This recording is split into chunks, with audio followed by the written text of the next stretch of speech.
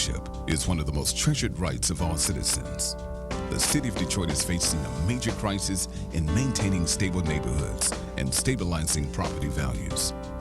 Rampant foreclosures fueled by high unemployment, reduced wages, rising cost of living, and population shifts from the inner city has created the largest reduction in resident wealth the city has ever experienced.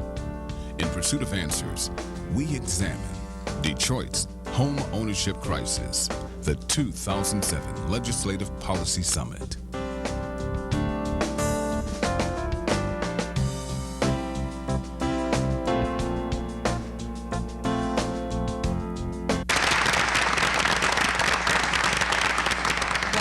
Welcome. I'm Nicole Stallworth, Chief of Staff for State Representative John Espinoza, representing the Greater Thumb area of the state of Michigan.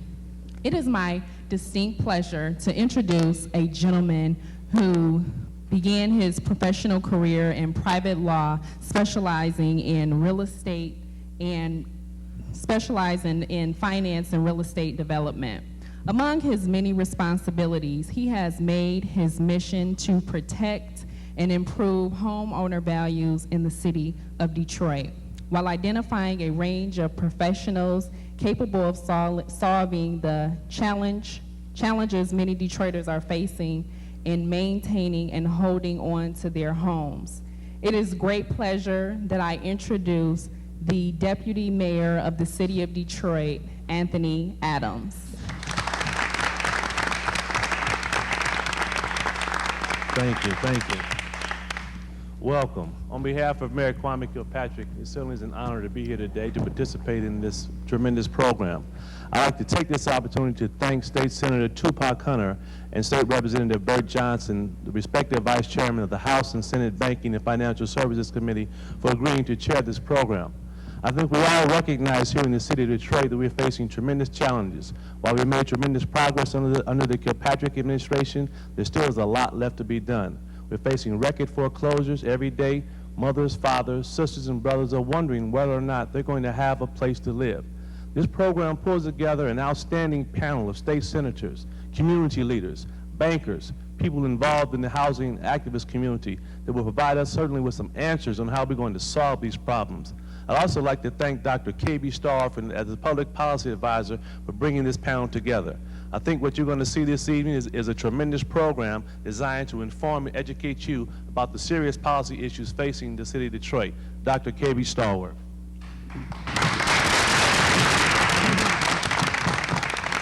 Thank you, Deputy Mayor Adams. According to the U.S. Joint Economic Committee, in 2006, Southeastern Michigan lost $3.2 billion in home equity as a result of foreclosures.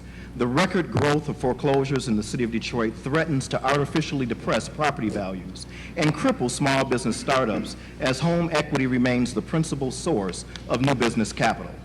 Tonight, under the leadership of Representative Johnson and Senator Hunter, we're going to try to review how we got here, where we are, and how we begin to turn things around. To cover it all in 2 hours, I'm going to ask that respondents give their name and title or affiliation and keep their responses concise in under 2 minutes. Elected officials need only raise their hand, and either the representative or senator will acknowledge you in sequential order from a list I will maintain. Your questions need to be concise as well. With that, Representative Johnson. And thank you, Keith. First of all, I want to say thank you to the Black Caucus Foundation and Dr. Stallworth for putting this event together. We have talked about this, we have read about this, we've listened to numerous radio shows that talk about the mortgage foreclosure rate in our city and in our state, and this is something that as elected officials we've dealt with on an everyday basis. It is time to put the conversation to the streets and make sure that this is something that we tackle. I'm going to introduce Ron Hewitt and N. Charles Anderson, and I want to ask a simple question. To place today's forum in the proper historical context, 40 years ago this summer in 1967, the city of Detroit faced a significant social economic turning point as the streets filled with people who were frustrated, angry, and filled with despair about their work, living conditions, and prospects to acquire the American dream. Gentlemen, today, are we better off or are we worse? My name is Ronald Hewitt. I'm retired from the city of Detroit. I'm also presently the regional coordinator for the Black Slate Incorporated. That is an interesting question. We in my judgment, in sort of a mixture. I think the upper and middle income folk are perhaps generally better off. I think the lower income and poorer people are probably worse off. The economics today are certainly in far worse shape for those folk than they were then. At that point in Detroit, most people were working. Most people were working in the auto industry and making certainly a decent wage. There were many other inequities, though, that were stirring people's passions at that time. I'll share a few things with you to give you a feeling for what I mean. There in the neighborhood where I lived, it was very close to Ford Hospital, and on Pallister Avenue, right behind Ford Hospital, there was a row house that from time to time when a unit became available for rental, there would be a sign in the window that said, "For rent, white only." At that same time, there was a row house on the west side of 14th Street near Grand River, which had a similar sign in the window, "For rent, white only." This was in the 60s, folks. I'm not talking the 30s. So there was that kind of aggravation, if you will, that people were feeling at that particular time. And indeed, in the newspapers, the daily newspapers, there were ads every day for rent white only. So that aggravated, as I said, a lot of people and upset them, and along with numerous other incidents. I can remember one thing, there was prior to the 67 rebellion, a lot of discussion as to whether the similar things that had happened in Watson and I guess Newark and some other locations in the country, whether that might happen in Detroit. And after a lot of discussion back and forth, just I'm talking about incidental discussion, and some in the newspapers, it was generally conceded that it would not happen in Detroit. And the reason given most often was that Detroit blacks, along with Detroit whites, I might add, had higher home ownership than any other city in the country. And given that fact, it was felt that somehow or another, off that, blacks were pretty well satisfied and not likely to get involved in those kinds of activities. And I remember I was sort of split on it. I went back and forth. I wasn't sure one way or the other. Until one day I happened to be going to my barber shop, which was located at that time on Philadelphia and Linwood. And that was an interesting mix of folk, I guess fairly typical for a black barber shop at the time. In that shop was probably 7 or 8 people, including 3 barbers. There was a doctor, there was a school teacher, there was the local postman, there was one female who provided a great service we used to have in the community that some of you older people might remember. She was the single action lady. She was the only female in the shop, and I think that, of course, there are all of the barbers and a couple factory workers, and that whole issue came up in a discussion. And one by one, the people in that shop discussed various incidents, not all related to housing, that they had had an occasion to be upset about, that were racially involved. Given that context, Ron, are you suggesting that even though there was more home ownership prospectively in Detroit than in other communities, there still was a basis for despair? Absolutely. Charles, what would your response be? Well, to the question that Representative Johnson asked, I'm in Charles Anderson, president of the Detroit Urban League. It is a question that has a paradox answer to it, because we are better off today, in my opinion, than we were 40 years ago. But at the same time, we're also a little worse off than we were 40 years ago. The economy of the African American community, the dollars have been diluted because we spread ourselves around. We're no longer concentrated in areas where we can really build up businesses and maintain businesses and hotels and things of that sort. So in a way, we've diluted our dollars. We do not gravitate back to the inner city as we should. So we're much better off. People are living closer to the American dream that never thought they would live before. People in our community are making more money than they made before, but they're not always supporting the institutions in their community that they should be supporting. And so we find ourselves at this foreclosure rate. We find ourselves with people in our next door neighbors losing their homes, or someone down the street losing their home. And that definitely has a direct impact on the rest of us. Mr. Anderson, I would like to thank you as well as Mr. Hewitt for those very insightful answers. Again, my name is State Senator Tupac Hunter, and I would like to thank you all for being here, and I'm most appreciative of this opportunity to participate in this very important discussion. Continuing on, I have a question for Keith Owens of the Wayne County Treasurer's Office, as well as Mr. Doug Diggs of the City of Detroit Planning Development Department. Keith, Doug, how has the public foreclosure rate changed over the years, and where does it stand today? Thank you for inviting me here. This is Keith Owens, Director of Communications, Wayne County Treasurer's Office. In terms of the way the foreclosure rate has changed over the years, I agree we can't go back quite to the 60s, but I can say that without a doubt, that the foreclosure rate has been gotten dramatically worse, particularly in recent years. I have brought some figures, and I know I wanted to keep my answers short. We have a number of people on the panel, but just to give you an idea in terms of how things have changed in recent years, in the 2003 tax year, 160,620 properties were returned to the Wayne County Treasurer's Office as delinquent. Out of those, 124,694 were from Detroit. In 2004, 169,027 properties were returned to the Wayne County Treasurer's Office as delinquent. 131,014 of those were from Detroit. The following year, 2005, talking tax year, 178,536 properties were returned as delinquent. 137,893 were from Detroit. Most recent tax year, 2006, 192,338 properties were returned as delinquent. 146,607 were from Detroit. So as you can see from those numbers alone, the situation has gotten dramatic. It's creating a crisis in the city and in Wayne County. I think that I should mention that I don't have exact figures, but the majority of these properties are vacant lots. Most of those are not occupied. That doesn't make the situation great, but that does change things. And by the time we get to where it gets to foreclosure rate, that number of properties, many of them have been paid off. For example, as of March 1st, so I mentioned 192,000 properties were reported delinquent. As of June, that number dropped down to about 143,000. You may have seen the notices in the paper. We sent out about 148,000 notices. That reflects the 50,000 so that have been paid since that time. Still, that does not change the fact that things are getting bad, and right now they don't look to be getting better anytime soon. So with that, with the question, I'll just... Keith, those are staggering numbers, and Yes, as an elected official from the city of Detroit, that concerns me.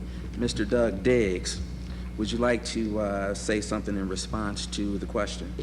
Absolutely. Douglas Diggs, Director of Planning and Development for the City of Detroit. The numbers speak for themselves. I won't go back through the numbers as Mr. Owens has just provided us, but I think more significantly is the impact that number of vacant units has on a community, and the effect that foreclosures and this high foreclosure rate has on property values. As we continue in the City of Detroit to be the #1 area for new development within the region, within Southeast Michigan, we're beginning to see property values peak out because we have competing interests. We have new houses coming online that are selling very well. In many cases, that's spurred by the neighborhood enterprise zone, the tax break that's affiliated with them. But at the same time that we see new houses at a higher value going into communities in that same neighborhood across the street or right in the middle of that new development, we see houses in the foreclosure market. This is something that we really have to get our arms around, and making sure that we have individuals moving into both new houses and getting occupants, getting residents to move back into these houses that have been foreclosed on in order to stabilize our community. Thank you, Doug. And it's important to note that we didn't get here overnight. This has been a problem that has been germinating for years. For Anthony Weekly, as well as Roz Geets, How did we get here? Prior to 1967, African Americans in this town were fighting desperately for the opportunity to move into nice homes and obtain mortgages. Now it seems that we're fighting for our lives to keep them. Has our relationship with the banking community improved at all?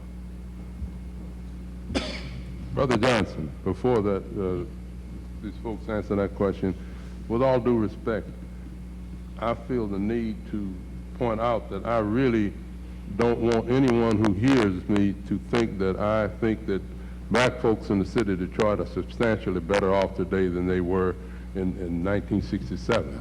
I just think it has taken a more subtle form, and I've got to say that, you know, because first of all, I figured we were going to have a dialogue, and you know, and otherwise I'll have to revert to something that one of my greatest mentors taught me.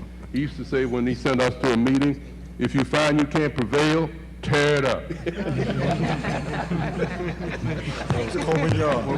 Rep Cheeks knows what I'm talking about. Well, Ron, believe me, we're going to get as much information out as possible. Thank you. Thank you. Your point is well taken. Right. Anthony or Roz? Well, that being said, could I ask you to repeat the question? The question is, prior to 1967, African Americans in this town were grasping at straws, trying to figure out how to get nice homes, how to obtain mortgages. And now it seems today in 2007 that we are desperately trying to hold on to those homes because of an alarming trend. And I wanted to know, has our relationship, quite frankly, improved with the banking institutions or not? Well, that is a good question. And my name is Roz Geets, and I'm from National City Mortgage. I've been in the mortgage and residential sales in the city of Detroit since 1981, so I can't go back to 67. But I can tell you that lending opportunities and home ownership opportunities have expanded tremendously since I started in this business in 1981, given that more products are available for credit challenged borrowers, as well as lower down payment requirements, which used to be the biggest nemesis we had with borrowers in a major city, down payment and credit issues. Has it created problems? Absolutely. Logical, good sense, common sense lending makes sense. I always used to do seminars and say, take $20 and loan it to the person next to you. Would you do it without knowing anything about them and whether or not they could pay it back or had the capacity to pay it back? And it always stopped people in their tracks to think twice about good lending. But yes, lending practices have been loosened to the point where we have put people in some very difficult positions in terms of maintaining their homes. We have to realize that the general housing stock in our city is aging. These homes are going to need repairs, and that we have to look at every borrower and make sure that every borrower understands that not only do they get to buy the house, but they've got to be able to maintain it and be able to afford to make the decision of, is it a hot water heater or a car today, or do I make my mortgage payment? So I think it's created problems for everyone. Thank you. Mr. Weekly. Hats off to Roz Geets. My name is Anthony Weekly. I'm Senior Vice President, Affiliate Head of Mortgage at Fifth Third Bank. And I echo Roz's comments. Basically, the relationship has gotten better to the point where I'm going to say to some degree credit standards were decreased. Then you add to that, when I say credit standards decreased, lower credit scores, mid-500s, lower down payment requirements, 100% loans. And when you're faced with the economics that we're faced with today in the state of Michigan, we're pretty much in a one-state recession, followed right behind Ohio.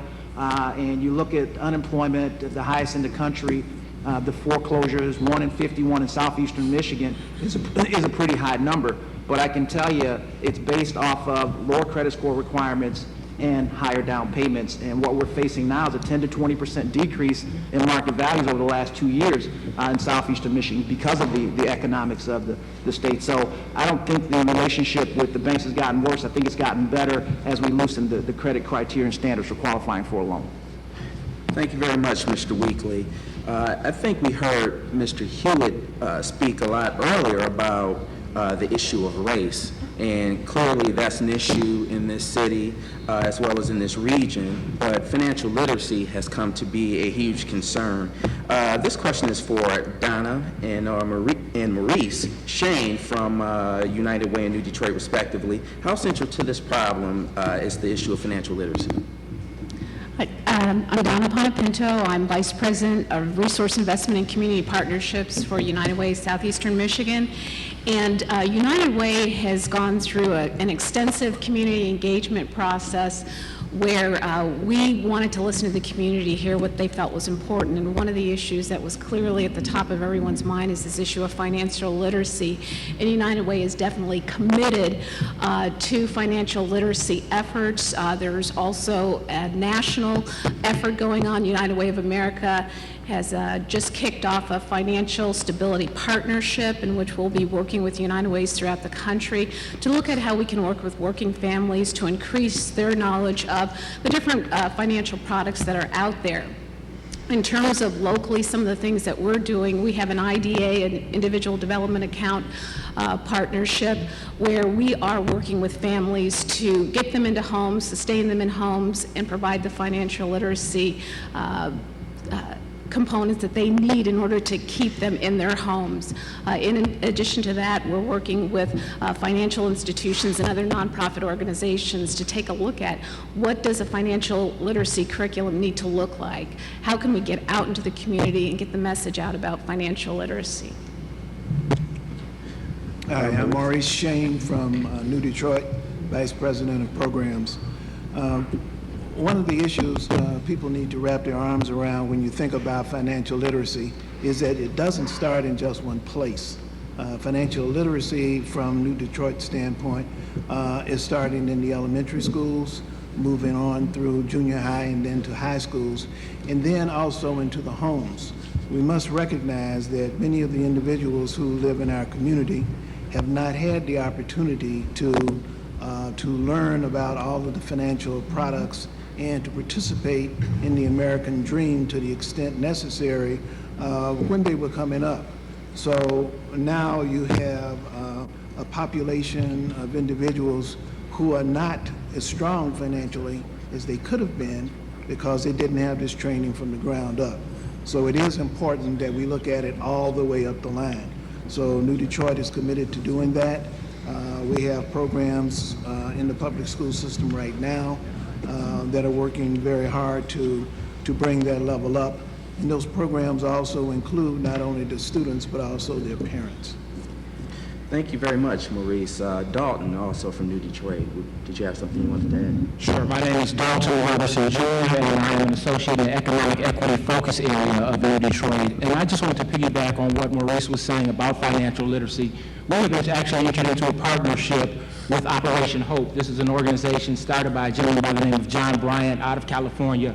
And it was started after the uprising in California as a result of the Rodney King verdict and so forth. And the reason being for this organization was that he understood that individuals did not take out their frustrations on properties that they had an actual interest in, a vested interest in. And so he has committed himself and his organization to making sure that anybody who comes into his facilities and takes part in their financial literacy courses will get approved for a home loan. His motto is no loans denied, and he has had an incredible success rate in getting people into their homes, but more importantly, keeping people into their homes. I think it was mentioned earlier that it's critically important that individuals understand that buying a home is not just getting you through the closing process, but also maintaining that home for the 5, 10, 15, 30 years going forward. One thing I found in my experience is that a lot of individuals who consider themselves well-educated professional individuals or individuals who are worldly as a result of work experience have been misguided, if I can say that, misguided into getting into loans for homes that they knew that they couldn't afford. We have a lot of individuals who are buying $250,000 homes, $300,000 homes who don't make the necessary income to sustain those homes, but they get interest-only loans, they get all types of creative loan products without knowing the details that come with those loan products. And then what you find is 5, 6 years from now, you find individuals getting foreclosed. I know in the neighborhood I live in, there are a number of foreclosures, and it's almost incredible to see that in the 7 Mile, Wyoming area, particularly along Outer Drive between Wyoming and James Cousin. There's also a number of foreclosures occurring in some of the other neighborhoods, more prosperous neighborhoods in the city of Detroit, and that's because individuals don't understand the process of maintaining and sustaining those homes over the long haul. They think they just get to the closing period, and that's all it takes to get those homes. You know, Senator, I'd like to ask a question, and I want to kind of change the direction. I'm Representative Chanel Jackson from Detroit's 9th District, which is on the northwest side of the city.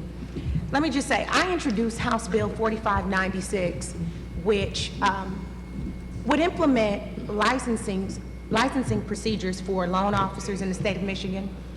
Michigan is one of 12 states that is not implementing that kind of thing right now. I want to address this question to Audrey Equesti and Mr. John Llewellyn. A few questions, actually. First, in your estimation, is the mortgage brokerage community helping or hindering customers? What practices is the industry putting in place now to police itself? And then also, what, if anything, are state regulators doing to help protect consumers? Okay, thank you very much for the questions. Audrey Christie, I'm the 2008 president-elect for the Michigan Mortgage Brokers Association. And I do understand the question wholeheartedly. What is the association doing with regards to policing our own industry? The association in Michigan has just created a certification program for our loan officers. True, as of today, the Mortgage Broker Association or the broker community does not have mandatory licensing for its loan officers. I can tell you personally, I have worked on a special task force for approximately the last 10 years trying to get some type of an adoption here in the state of Michigan. So the association is behind you 100% with regards to education. The certification program that we are now offering for loan officers is mandatory. The term that they have been, the amount of time that they've spent in the association or spent, in the industry, as well as testing and mandatory continuing education requirements. So we are doing as much as we possibly can and hopefully even more with regards to policing our industry, and we would hope to see some type of licensing continuing education within our industry. Thank you. Hello. Hello, pardon me. I'm John Llewellyn from the Michigan Bankers Association. Well, Representative Jackson, there's been a great deal of work done in the last few years. It's been kind of foundation level work. Michigan Bankers Association, first and foremost, has been lobbying, there's that word, lobbying, our government officials, trying to get more mortgage brokers examiners and a more detailed focus from our Attorney General and also the folks at OFIS to focus on the issue of mortgage brokers examination process to protect consumers. We think it's an important aspect. We are wholeheartedly in support of your bill, and we hope that we can get that done very quickly. Let me ask you, so in your estimation then, we do need a licensing process in the state of Michigan for LOs that work outside of banks and credit unions, which are governed by the feds? We certainly do, and I think we joined the Mortgage Brokers Association in that position. Excellent, thank you. Point of clarification to Mr. Chairman. Let me say this for members as well as the audience. 20 years ago, there was not a mortgage brokerage industry in the state of Michigan. It is a very young industry. It grew from 0 companies to 3,000 today. We grew from 0 loan officers working outside of banks and credit unions to more than 30,000 today. And today we only have 12 full-time employees at the state of Michigan attempting to do field enforcement and examination for 30,000 loan officers. Unfortunately, last year, $7 million that was in the budget, which the industry contributes toward field enforcement, was diverted to general fund dollars and use based on the state's deficit. I want to make sure as a core discussion before we move forward to another portion of this challenge that we have, that there is a consensus today between the mortgage bankers and mortgage brokers that there does need to be a threshold education requirement for those loan officers, that the cap for full-time employees needs to be lifted so that we do have more field enforcement and support for consumers in the field, and that there is some kind of mandatory continuing education requirement that will thwart what we call strong sales in the field to address this issue of financial literacy. Thank you, Keith. And before, let them commit. Well, I was going to make. I'm going to ask a very direct question, but before I move on to that question, I actually wanted to give an opportunity to former State Representative Mary Waters to respond, and I think Commissioner Keith Williams has a question, in addition to Betty Cook Scott, State Representative. Thank you, Representative Johnson. Mary Waters, former State Representative, District 4 in the City of Detroit, and also currently Deputy Chief of Government and Community Relations for Wayne County Prosecutor Kim Worthy, and the Wayne County Prosecutor has also implemented a fraud unit, mortgage fraud unit. There are so many issues as it relates to mortgages. I mean, we talk about financial literacy and subprime lending, but Senator and Representatives, one of the things that's most frustrating for me happens to be mortgage fraud. When you take a look at so many people across this state right now who are currently losing their homes, and I want to know from the banking industry, what are you all doing to identify those organizations who are currently putting together organizations, and what they do, they go after people in my neighborhood, in your neighborhood, and they come in and they say, if you give us the equity in your home, we'll take that equity and we'll invest it, and we'll make sure that your home is paid off in 5 years. And I'm happy to see Anthony Weekly here, because he knows that that's part of my frustration and some of the things that we've tried working on over a period of time. What is the banking industry doing to address those kinds of things? Currently, ladies and gentlemen, you have people across this state that are losing their homes because of those various organizations, and they come to you all for the loans.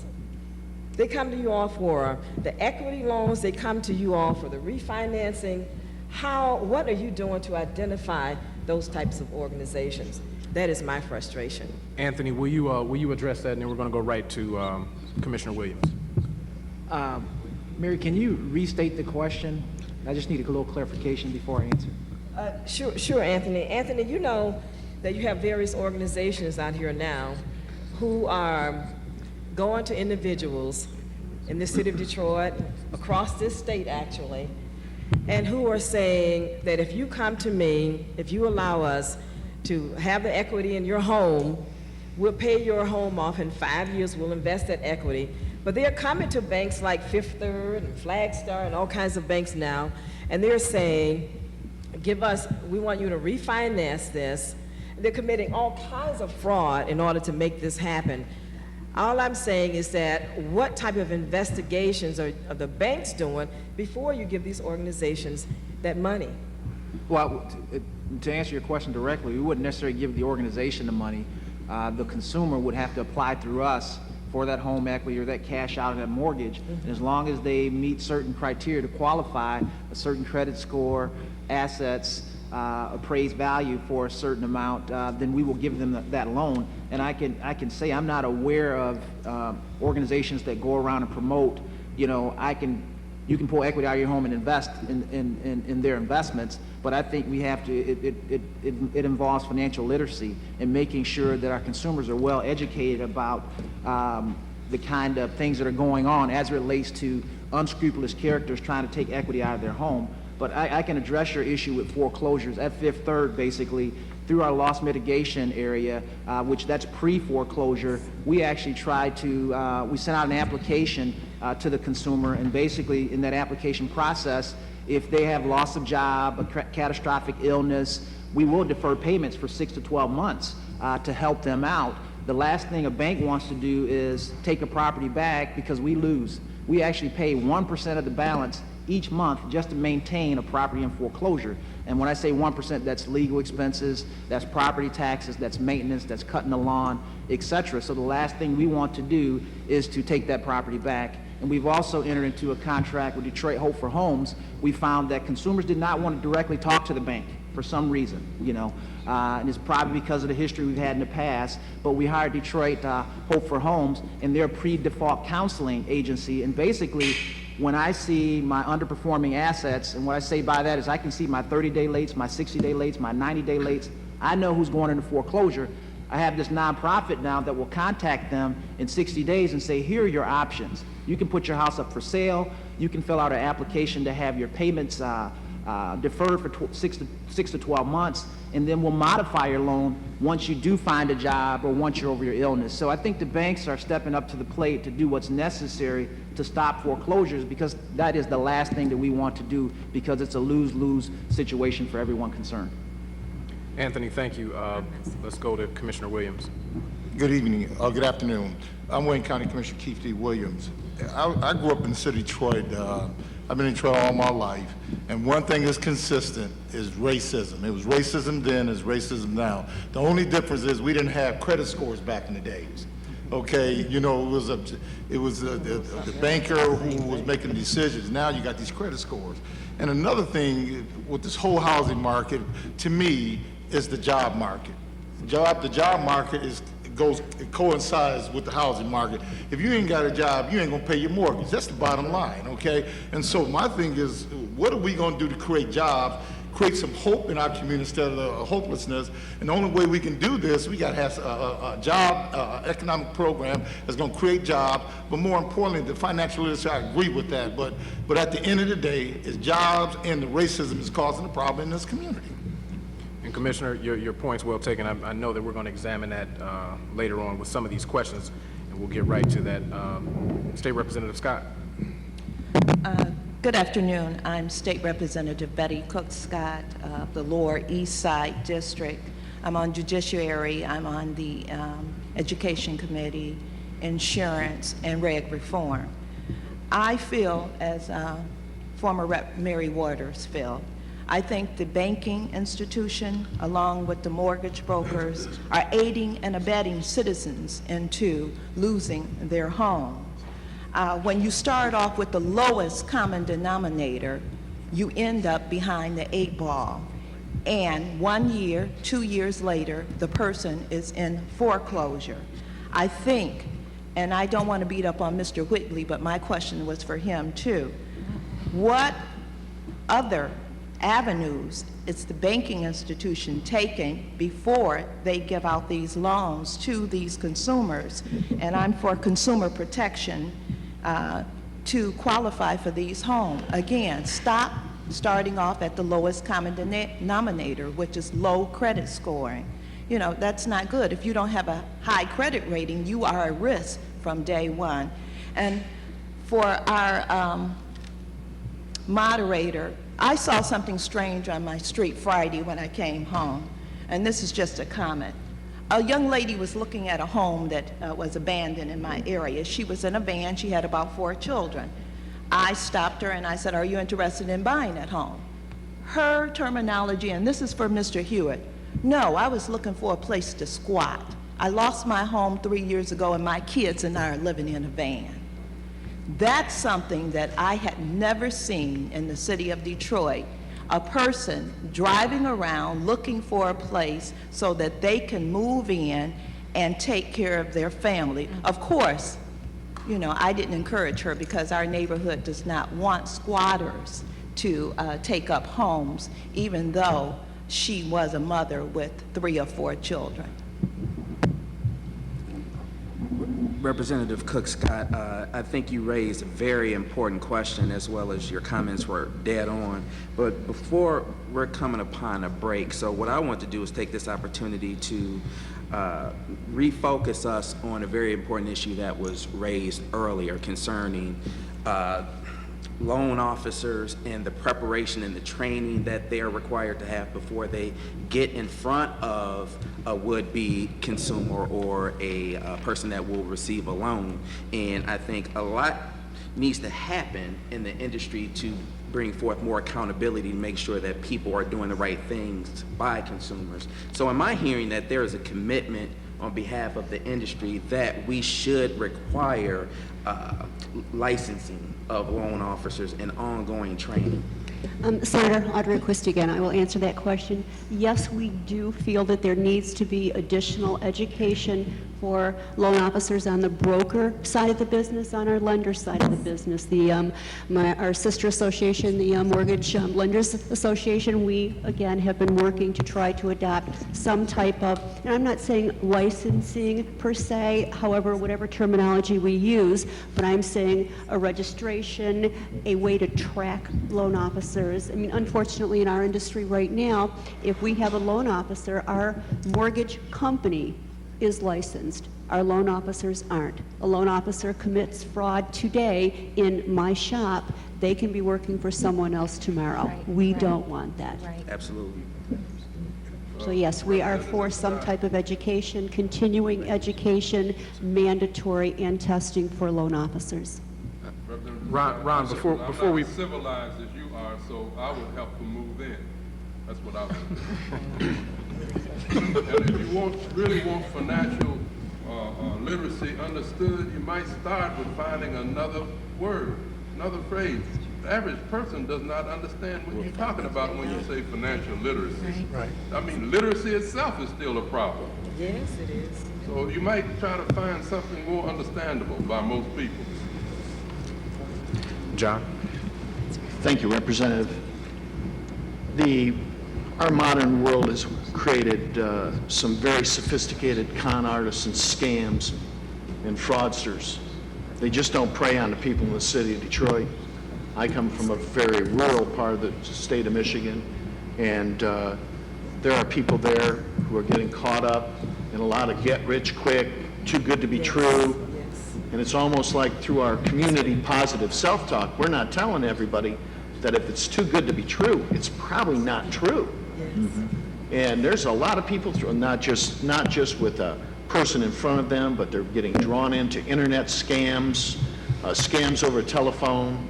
There's a lot of high-tech, very schooled people in conning and frauds. I'd like to just add something too, just to make sure that everyone understands that mortgage bankers, mortgage lenders, mortgage brokers, we're all doing the same thing. We originate loans dealing at the consumer level, but you need to understand too that these loans that are approved are based upon an investor's guidelines. These are not National City, Fifth Third, Source One, Chase.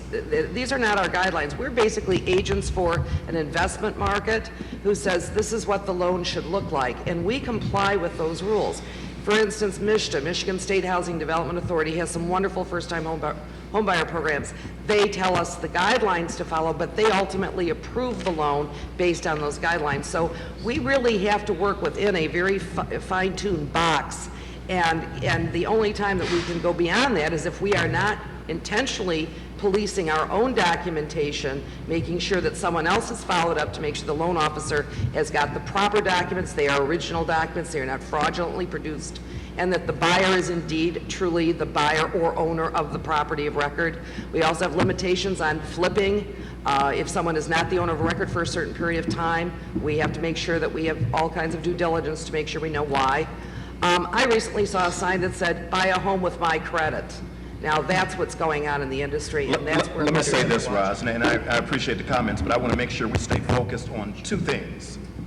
I think it's very important before we leave that the senator and the representative have a commitment from the industry, that there is licensure. I heard the Mortgage Brokers Association say they want something to address certification. We want a license because we want to be able to revoke a license if a person is involved in improper sales. That's right. We want fingerprinting for loan officers so we can track people that are in the industry.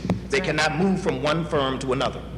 This is a fundamental issue as it addresses, as Ron would say, an issue of teaching people how to correctly buy and what's at good risk and what's bad.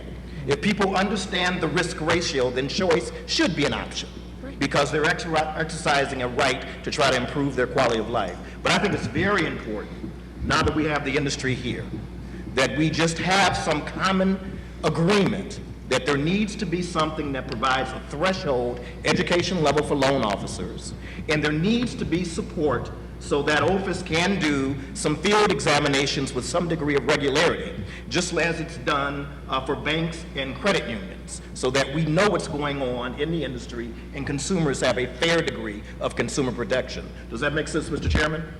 That makes absolute sense. John? And Audrey? and as an association, as a Michigan Mortgage Brokers Association, yes, we do want to see some type of licensing, registration, education, whatever it may be. Yes, we would, and we have always wanted that. We are in the same situation, though. And we have a bill, we pass a bill.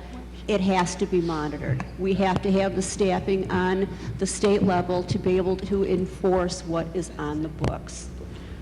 We're committed. Can I just say real fast? That's a commitment that I'm venturing to say that we're willing to take and will be taking on the state level. I just want to speak real fast to a piece that, that I'm hearing from my colleagues. I think what consumers are asking for is that that loan officers which are the people that most consumers have, the realtor and the loan officer they'll have contact with, but there seems to be at least perceived a lack of ethical responsibility, like a lack of willingness to, from an ethical perspective, present all of the information to the client that's necessary. I believe, and I've heard from some of my constituents, that if they knew this is what would result, they might not have made the decision that they made. If they fully understood, I believe, because I have several people in my family that are in the business, that oftentimes there's a practice in the industry of having loan officers who don't know themselves the ramifications of the things that they're putting in front of clients. So my bill would require 2 hours of ethical coursework, 4 hours of instruction concerning state and federal mortgage lending laws, 4 hours of instruction concerning appraisal and real property, 4 hours of instruction concerning mortgage loan application process, 2 hours of instruction concerning mortgage loan underwriting. I mean, all of the things that arguably loan officers don't always know, even though they're putting forward a practice or a process, a contract, a document in front of consumers. And we're seeing the effects of it in the city of Detroit. So I'm glad that you support this initiative, and I'll be calling you. Okay. And actually, what we're looking at right now is even more stringent than what you're proposing. So we are doing everything we possibly can. We need a partner. Thank you. And on that note, we're going to take a break.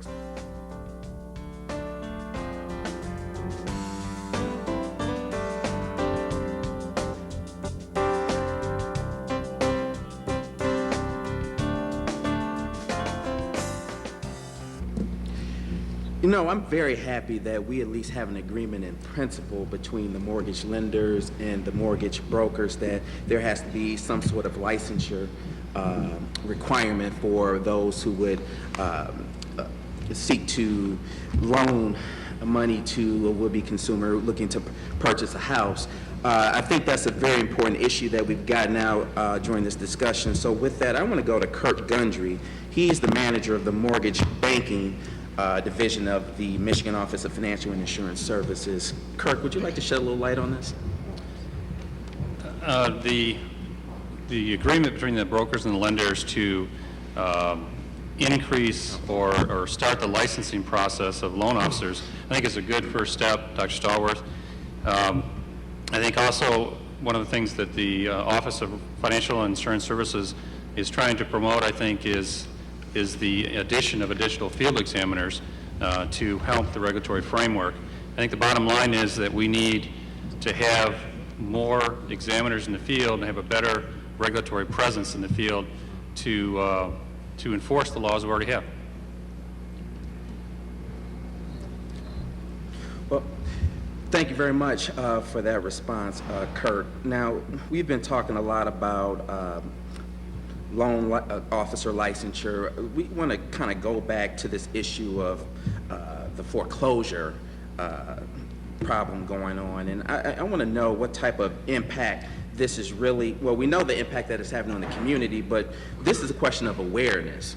As important of an issue as this is, how aware do you think the community is about the seriousness of this problem? And to answer that, I want to go to Mr. Frank Woods of the UAW. I didn't hear your question. Could you repeat it? Yeah, we know that foreclosure is a problem in the community. We've discussed that at length here. But the question, Mr. Woods, is do you think that we have the level of awareness about this issue that we need to have? No, I do not. The UAW specifically, my name is Frank Woods from UAW Region 1A. On behalf of Roy Gamble, representing 50,000 members of the UAW in Detroit. And I know for a fact that it's not well known that there's a foreclosure problem in the city. You may see it in the paper, but you don't understand that the house next door to you is foreclosed on. It's empty, but you don't know where it's at, if it's being sold or that nature. We have, under Director Roy Gamble's leadership, we're starting to educate our members, and we seek to educate our members on what's happening in this city. We have sponsored financial workshops. We have union mortgage companies that we send our members to so they can get their mortgages. And part of that program is to understand how their home could go into foreclosure and to keep them from going into foreclosure. And that program we've been doing for a number of years.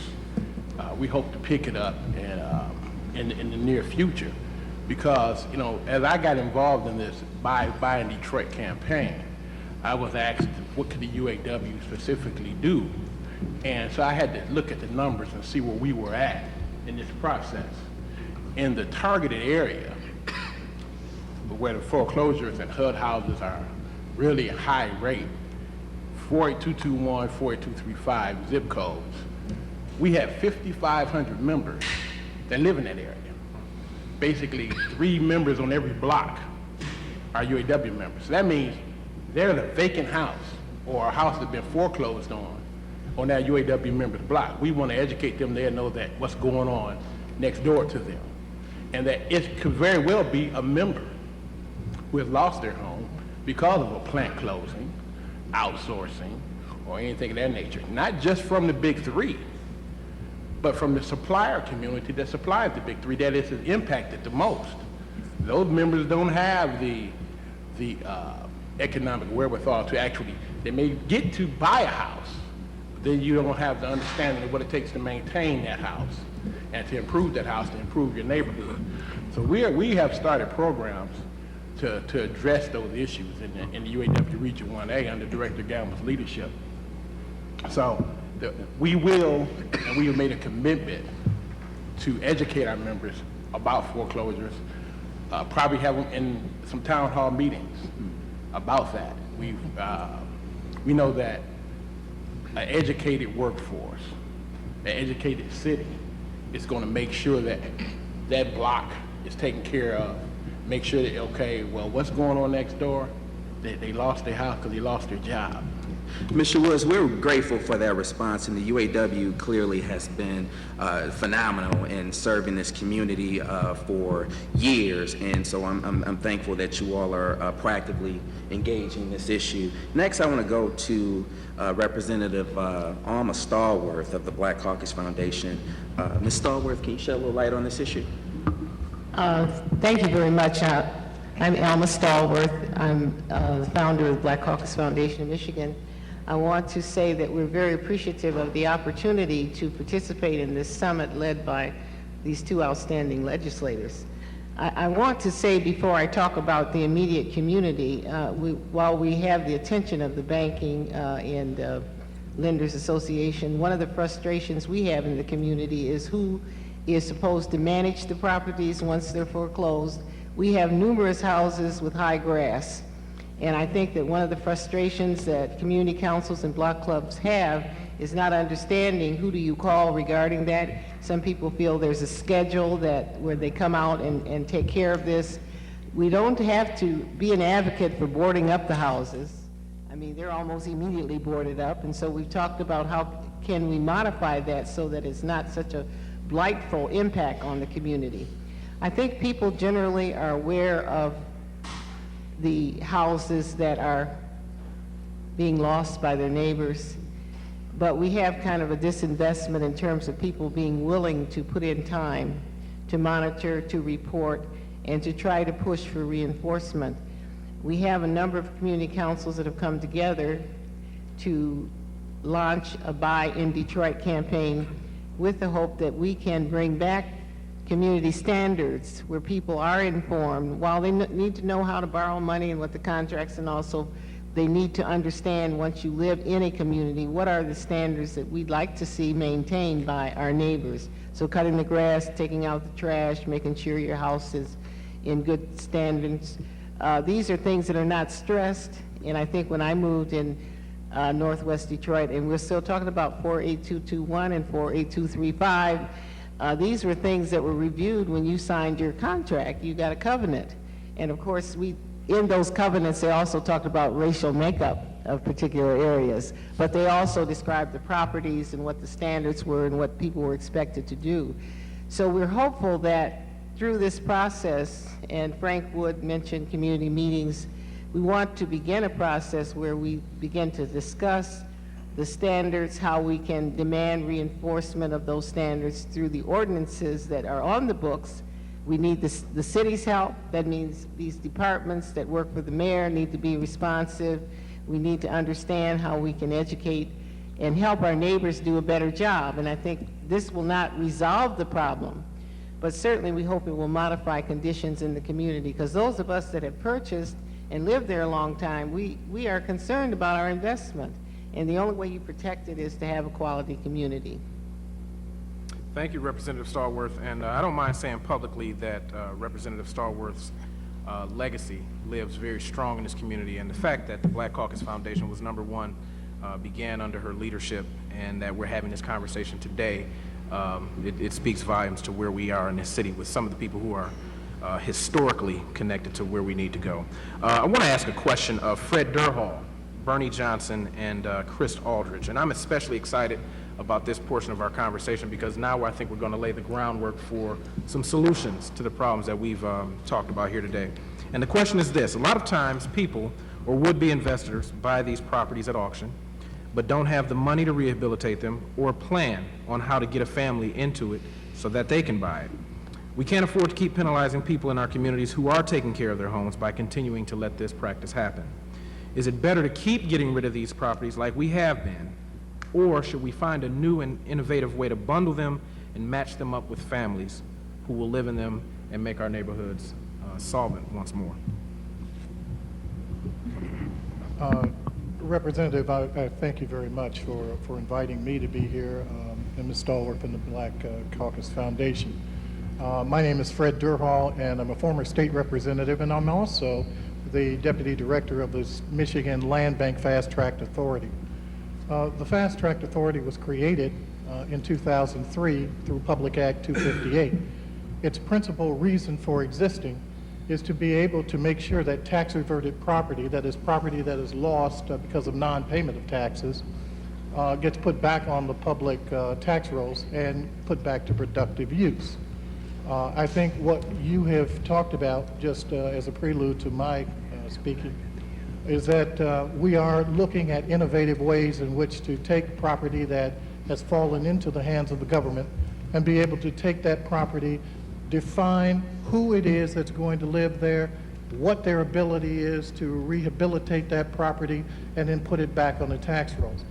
We do not, as a land bank, take property from people, and I want to make that very clear. One of the big misconceptions that the public has about us is that there is a supposition that we are part of the taking process. Quite the contrary, we're on the receiving end. We get the property that nobody wants. When it goes to Wayne County and it's taken for taxes or non-payment of taxes, it reverts to the state of Michigan. When the property reverts to the state of Michigan, after auction from the county, that property is literally what you might call junk property, even though in the real estate vernacular there's no such thing as junk property. The Land Bank Authority has been able to sell nearly $3 million worth of tax-reverted properties to people in the neighborhoods, the lot next door, the house next door, for them to be able to put those properties back into the community, back on the tax rolls, and assist the governments in being able to do what they need to do. I think we need to define for people how you lose your house. You lose your house only through one of two ways. One is by not paying your property taxes, and the other way is by not paying your mortgage. Much of today's conversation has been on the mortgage end, but I would dare say to you that we have probably an equal number of homes that have come into the government by way of lose your house only through one of two ways.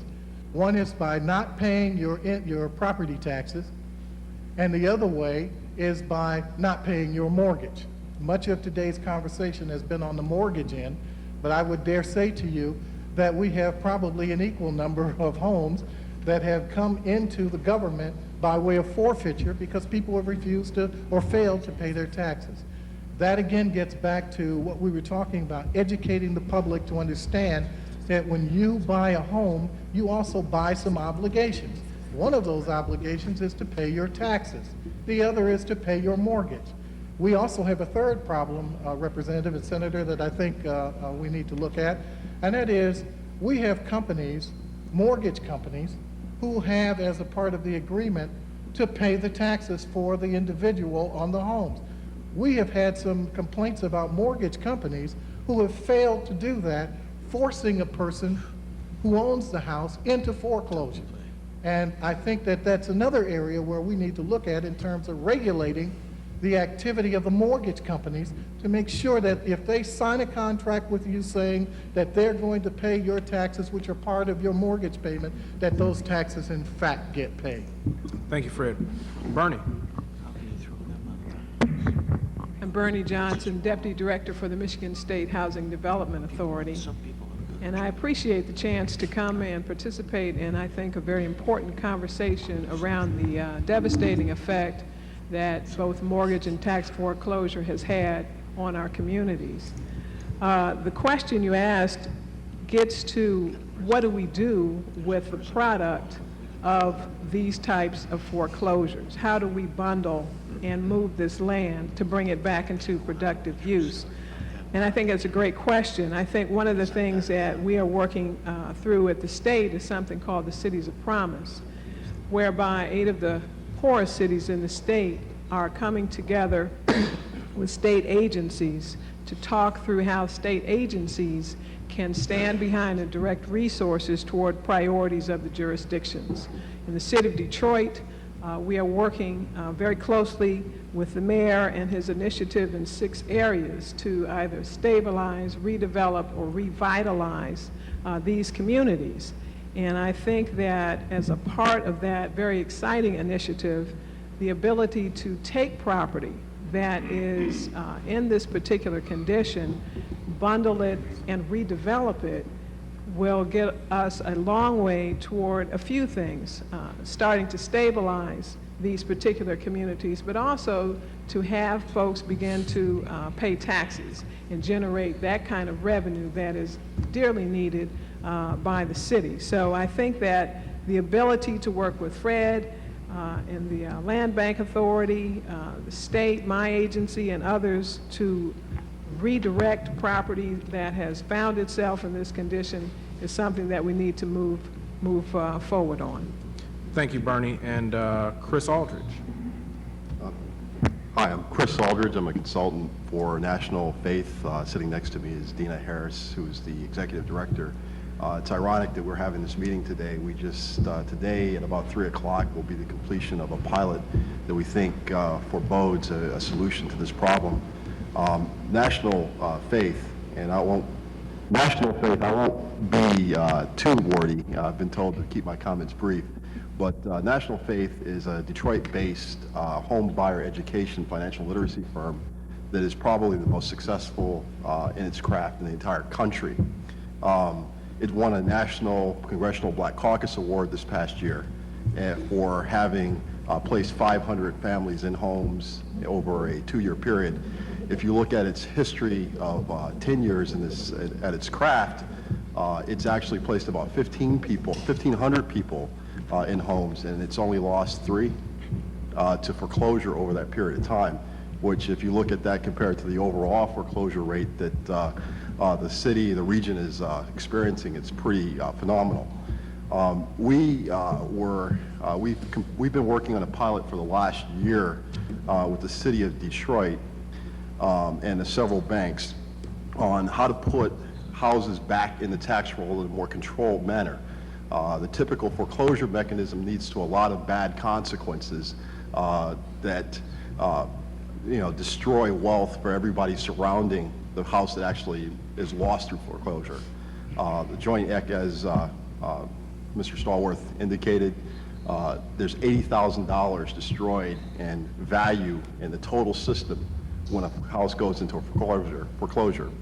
Part of that is the bank's loss, which is, obvious. A lot of that is the money that the family loses, the sweat equity, the equity in the house that they have. But the more profound effect is really what happens to the houses in the mile around that foreclosure.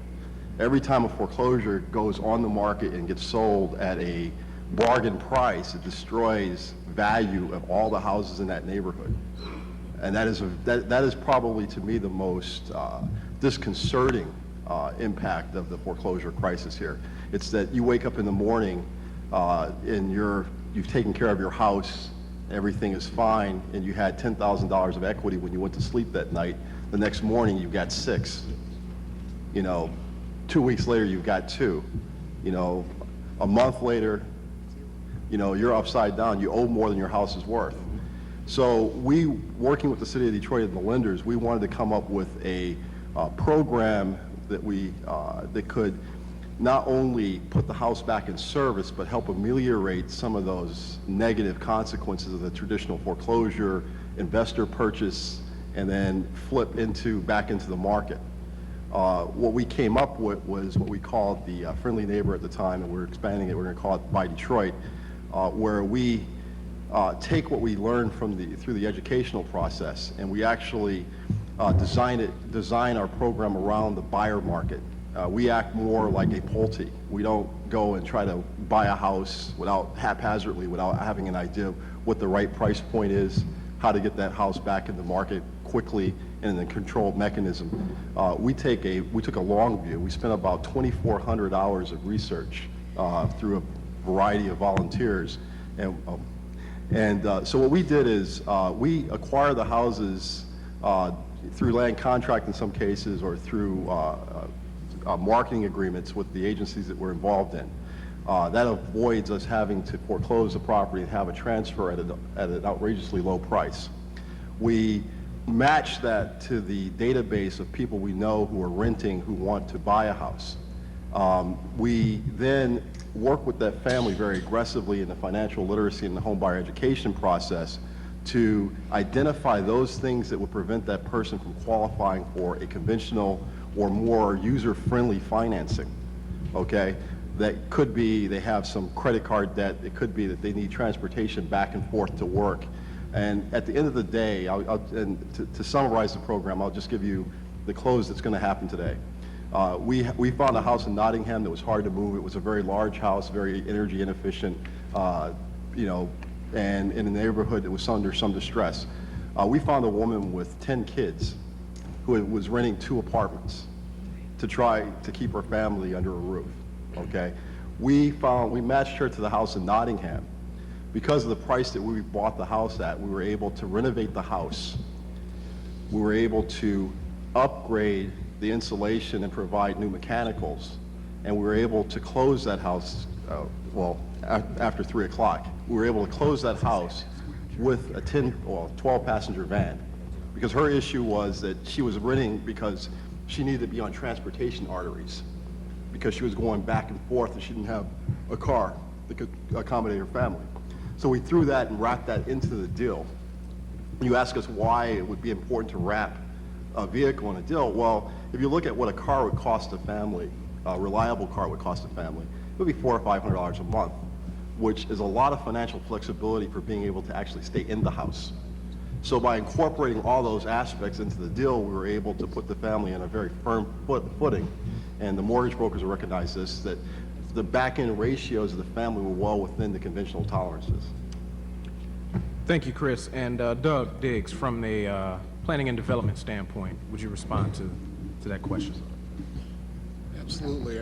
I think it's a critical part. I mean, one of the things is we have new development throughout the city.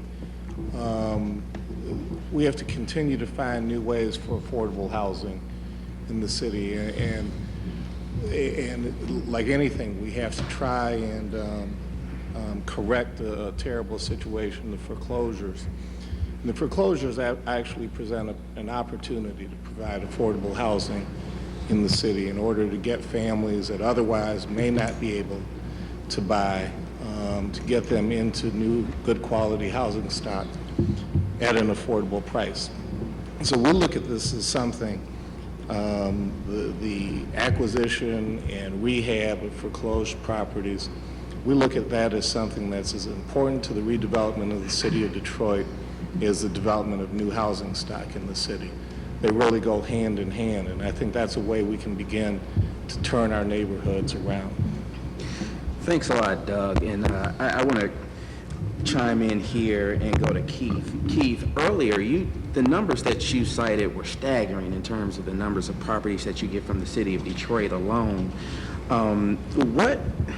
What's your idea, or the Wayne County Treasurer's idea, in terms of how we could better bundle these properties and make them developable in terms of the city's efforts, the next Detroit effort? What can be done in partnership with the Wayne County Treasurer's Office, with MISHDA, Land Bank, and the City of Detroit Planning and Development Department? Well, I think, speaking of Treasurer Raymond Vojtovich, some of the things, for example, we already have a land bank in process as well, and I think that is probably the most effective way right now. In terms of trying to help property become developable, well, the first thing we want to do is try and help people from lose their house. That's the first step. I mean, as opposed to getting to the place where to redevelop property that has already been lost. Prior to that, we try and help people from losing their property. So our first step, we do a number of neighborhood community workshops. We sent out mailings to churches, about almost 3,000 churches last year. We do, instead of trying to contact and work with community organizations, anybody who's willing to work with us, we work with them to try and get the message out to neighborhoods and out to the citizens of Wayne County in terms of what they can do to avoid foreclosure if at all possible. Obviously, there are people who they're in over their heads, and they're not able to keep their property. The main thing we try and pass along to people, though, is that whatever you do, don't put your head in the sand. Call us, let us know, so we can work with you.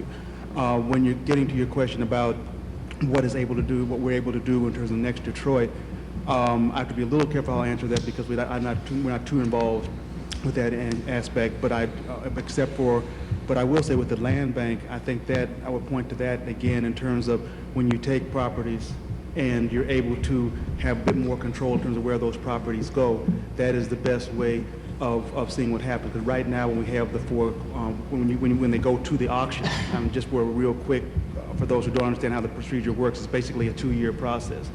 Properties become delinquent, and then 2 years later they go into foreclosure, after which time they go up for a property auction. What we to try and intervene in that process before, when we were at that point, when people go into auction, whoever's able to, to make the price is able to purchase the home. Well, obviously, what you're looking at is trying some other way of providing where there's a bit more control of that. And I would say that probably land bank, something along those lines, is a better way to do that. Yeah, Keith, I appreciate that very thorough response. Where I'm coming from is, I know that when I mention Next Detroit, I know that's a city initiative. What I'm saying is Detroit's in Wayne County. Sure. I guess what I want to really pinpoint here is what could be done, Keith, to better marry what your role is representing the Wayne County Treasurer and what Doug's role being the Director of Planning and Development for the city of Detroit. How can we work together? Are there opportunities? I don't know. Are there opportunities where we can work more collaboratively together so that you aren't getting as many of these properties in the fashion that you are? And if you just the same, if you are, how can we work with this? How can you work with the city of Detroit to get those prepared to flip those back so that we're seeing a process where these properties they have clear title, they can be marketed to developers to develop for mixed use, residential, retail, and that sort of thing. I guess, could you just pinpoint what additional things where you're coming from can be done in order to improve that partnership or that working relationship? I would say there are definitely opportunities in terms for the county to work with the city, and particularly since the city of Detroit is facing such an extreme problem. That's where we obviously don't want to focus on, we look at the entire county, but we obviously recognize that the bulk of the problem is in the city of Detroit. I would say that in terms of partnering together, I think that without trying to specify a specific program in terms of how we would develop that program. I can't, it's a little bit on the spot to say how they would develop that. That's fair. But I would say that in terms of our willingness to work with, with the city in terms of trying to figure out ways of keeping that high number of properties coming back, that are not in such a condition right now, we're trying to cut those numbers down. We would be very interested in that. I think in terms of anything that we could do to keep the numbers down. Representative, I think land banks, which are in existence with certain modifications, I think could serve as a proper vehicle for accomplishing what you're talking about. I think it receives the property, it could bundle, it could do more than it does now, and maybe needs some legal modifications, I'm not sure. But it seems to me that might be a top-notch vehicle to utilize, rather than trying to create something entirely different. I would agree with that. I would agree with what he said.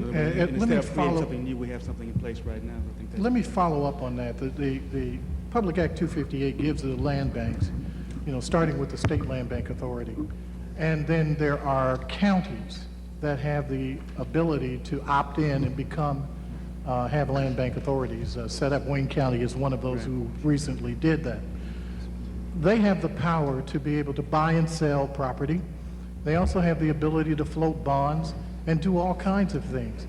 Every property that goes into a state land bank is brownfield eligible. So in the development community, that's a very important tool that gets used along with the other economic development tools that the state of Michigan has presently to create scenarios where the cities and the county and the state and possibly even the feds can get together and bundle property for particular projects in areas, particularly in areas like the zip code 48235 and the other zip code that was mentioned, which is a target here.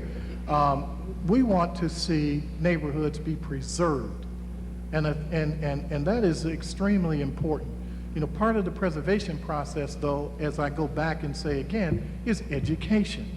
We've got to be able to make people understand what their responsibilities are in home ownership. And then the last thing I'm going to say, undergirding every single thing that has to happen in the economy of the city of Detroit and also in this state, we have to have jobs. You cannot have a person owning a home who does not have a job. You got to be able to work in order to be productive. And I think that as we move forward in this thing, jobs are just as important as economic development and just as important as neighborhood stabilization. They are inextricably joined together, and they cannot, stand one without the other. Thanks a lot, Fred. With that, I want to go back to Doug, City of Detroit Planning and Development Department. Doug, a lot's been said about the land bank, and I know currently the city doesn't have a land bank yet. But in the meantime, could you talk a little bit about, if you will, you could say a little bit about the city's effort to establish a land bank, but I want you to also address mainly what's being done to protect the property values in those neighborhoods that represent the city's main tax base currently. Well, I can be very succinct with the city's efforts for the land bank. The mayor proposed a land bank, City of Detroit Land Bank, and the city council thus far has rejected the concept of a city land bank. We hope to present in the near future to continue to work with city council in order to come up with a model that the council and the administration can agree on. As far as protecting our communities, I think that one of the best ways is government can't really do it all.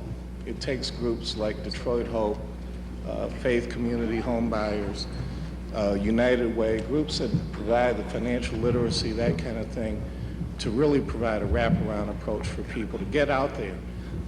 We were talking during the break, and people don't want to call the bank when they get behind. But they are willing to talk to some of these nonprofit agencies, and I think it's important that we have good quality agencies. I mean, we all hear the radio ads for various groups, but I think it's important that we have quality groups that are providing home buyer and maintaining your home to the citizens of the city. In addition to that, the City of Detroit, Mayor Kilpatrick announced the first 23 of what will eventually be 46 homestead neighborhood enterprise zones, primarily in our highest home value communities, where citizens will provide or receive a tax break or will be eligible to receive a break on their property taxes. We think that's going to go a long way to both preserving homes, to kind of eliminate, or not eliminate, but slow down the tax foreclosure process. I think it will also incentivize people to buy houses in those communities, which is another important aspect. Thank you, Doug. And before I go on to my next question, I want to give an opportunity to Nicole Jackson to respond, because I can see she's chomping at the bit over there. Thank you, Rep. Johnson. I'd like to thank the panel for an opportunity to participate in this summit. I'm Nicole Jackson. I represent Strather and Associates, a Detroit-based developer, and I come to Strather with 10 years of residential mortgage experience, and prior to that, 5 years in sales experience. So, and I've been a long-time proponent of the mortgage industry, heavier mortgage industry regulation. So I'm glad to see that everyone's on board to bring that into fruition with some sort of licensing requirement. But I just wanted to make a very brief point, not so much a point, but just offer that I'd like, relative to some things that I'd like to see here on the lines of literacy with our community, sort of on to your point, Rep. Durhal, is a re-socialization. We have, I can remember when we knew everyone, when we grew up, we knew everyone on our block. At this point, we don't even let our kids play outside sometimes. They have no friends on the block. You don't know your neighbors because people are moving every 2, 3 to 5 years. And what I'd like to see is that we re-socialize families going into these homes about the value of home ownership and what goes along with that in terms of, yes, you pay taxes and you have to reinvest in your home and it takes money, but also buy your home and stay there. Buy a home and stay and reinvest in that community in which you're moving into. And I think that that's something that we've gotten away from, and there needs to be a re-socialization as it relates to home ownership, not just understanding the numbers, the dollars and cents. And yes, there is a whole other dynamic that relates to it, but the efficiency, we need to learn more about just being efficient, and I heard more about energy efficiency. But yes, there is a whole new socialization that I'd like to see take place in that as well. So. Thank you, Nicole. And I think you're going to see, and again, I have to reiterate my excitement about this portion of our conversation because we're going to put some solutions on the table. Of Dina Harris, I'd like to ask this specific question. Is it even realistic to think that we could match families with all of these properties? And if we're going to undertake such a thing, how would we do that? Before I answer that, I'd just like to first clarify a couple of things. There are many groups that do education and counseling and financial literacy.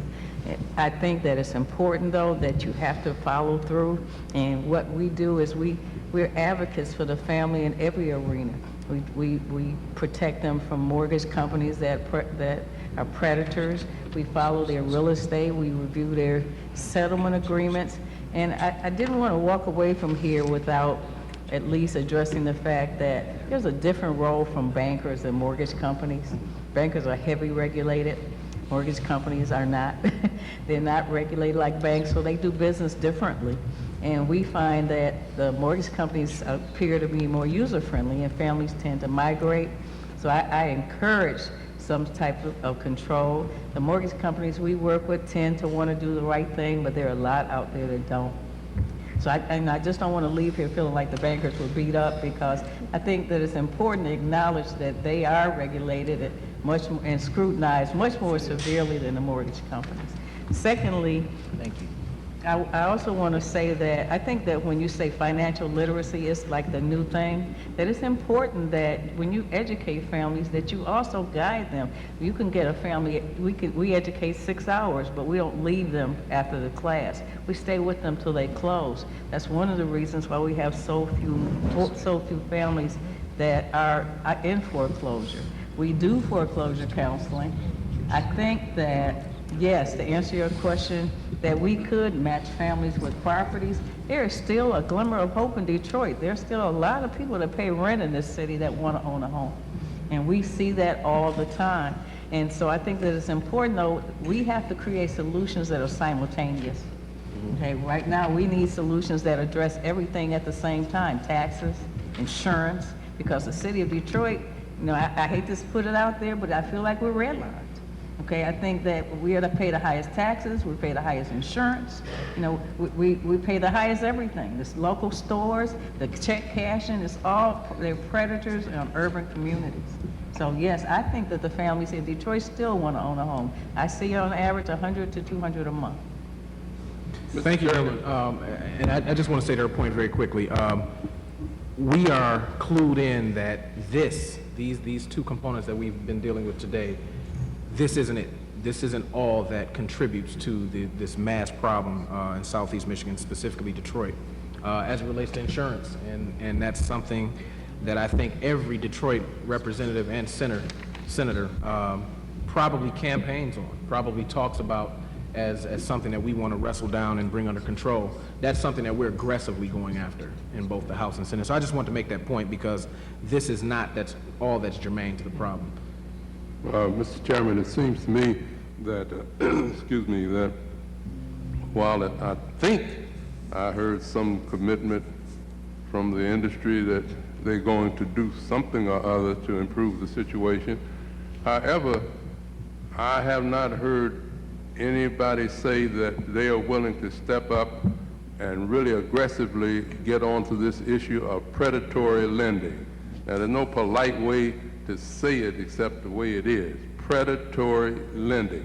It seems as if the answer, by the way, of access on the part of black folk in this city to the mortgage industry, that access is subprime lending.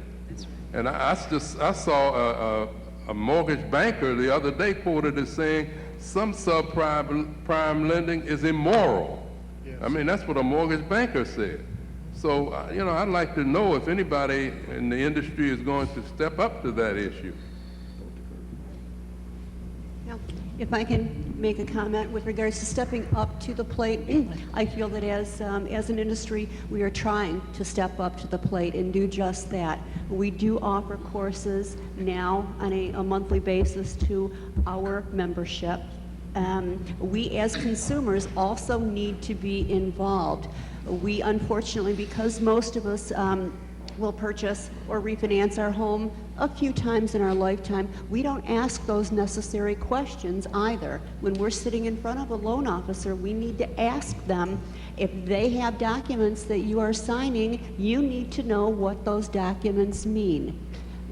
Just because you have not been involved in that mortgage transaction, I know a lot of consumers feel that, you know, I don't understand, therefore I'm not going to say something. If you don't understand it, you ask those questions.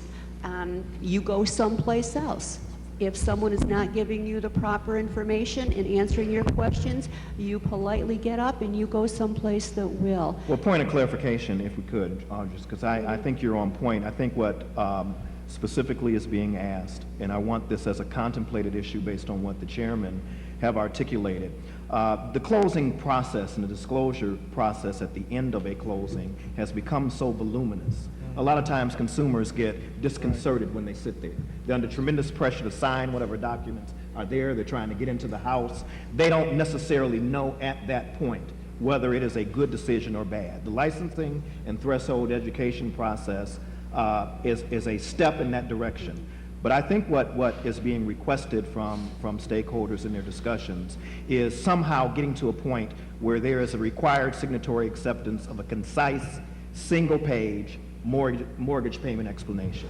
Something that can be done in a single page at the end of a closing, which gives that consumer the opportunity to ask for more time, withdraw from the mortgage process completely, or ask for a change. As long as the disclosure process is as complicated and voluminous as consumers are, when they get in that room, they feel uncomfortable and they're just happy to get into the house. And I think anyone that's been through that process understands why stakeholders are concerned about that. So along with the licensing, I think it is appropriate that as members go back based on what the two chairmen have articulated, that there be some consideration as to what Michigan will do in providing that concise one-page explanation, that if there is a change in variable rate, that's in that explanation in a concise manner at the end of the closing so that consumers can respond. And perhaps Kurt then can move forward, and Mr. Chairman will move back to his question. Mr. Chairman, if I might, I also think that something else needs to be put there. I think that we need to get a commitment from the industry, from the mortgage and banking industry, that they will engage in a public relations campaign to tell people on television and radio how they can hurt themselves by signing these agreements. They need to know what an ARM is. A lot of people don't know. They hear it, they don't know what it means, they don't know how it works. And anybody coming, if you're paying $800 a month and somebody comes to you and says, hey, I can give you a deal where you only have to pay $300 a month, for your house. All you got to do is just get into this ARM. Well, you get into the ARM 2 years later when the flip time comes, then you end up with a tripled house note. And people aren't able to deal with that. It's legal, you accepted it, but you didn't know what the consequences are. I think that the industry, since it's selling this stuff, needs to be able to go on television and radio and teach people what it is they're selling. And I think they also, at the point of closing, Mr. Chairman, need to be able to sign a declaration indicating that they have fully explained every single aspect of the purchase of the house and the arrangements. Plus, I also think they ought to eliminate the 5-day waiting period and extend that to 30 days. Well, and I appreciate the point. What we're going to do with some of these suggestions, apart from what we've already structured that will essentially make its way to becoming legislation that will be bantered about in both the House and Senate, we will take a number of these suggestions and we will form our own work group beyond this and try to infuse that stuff. Kurt, we wanted to hear from you on this issue. Yes, Mr. Chairman, I did want to lay out, or at least tell the panel that I have been working with some industry groups as well as other regulators. There's a couple of different groups that the regulators, all the states get together, and we talk quite often, especially this year with all the problems in the subprime lending market. I'm on conference calls usually 2 or 3 a week, just talking about different companies and what's going on, and there's about 70 subprime lenders that are out of business right now. And one of the things that we discussed last week was a one-page, I think it was a 2-page disclosure, going back to your point and the gentleman's point, that there does need to be something done for the disclosures at the closing process. And I think we did come up with like a 2-page, I saw a draft of it, and it does clearly explain the variable rate. It explains what the total payment will be at the fully indexed rate when the 2 or 3 year period is up. I think that's a very good step in the right direction, and the other states and other regulators are on board with that as well, and I think those will be coming out later this summer. Thank you, Kurt. And I want to move very quickly, and we're going to get right beyond this. I want to ask both Doug Diggs and Fred Durhall of the State Land Bank and Planning and Development Director for the City of Detroit. Are you committed to working together on some sort of pilot to see if we can create a template that can be applied to our older communities and to our core cities statewide? Yes. Thank you. Absolutely. In fact, you should know, I think you should know that we are doing that right now. And thank you. And there's nothing like cooperation amongst people. Mr. Chair, I really want to weigh in because this seems to be a two-pronged question here, or at least two. And this is Let me first of all thank everyone for coming and engaging on such a complex problem. My name's Thomas Stallworth. I'm the director of the Black Caucus Foundation, and we are very concerned, as all of you are, about the numbers of people who are losing their homes. And as we talk land bank and foreclosure and auction, those are very dispassionate words. But what we're talking about is people losing their homes. And so I don't want us to lose sight of that.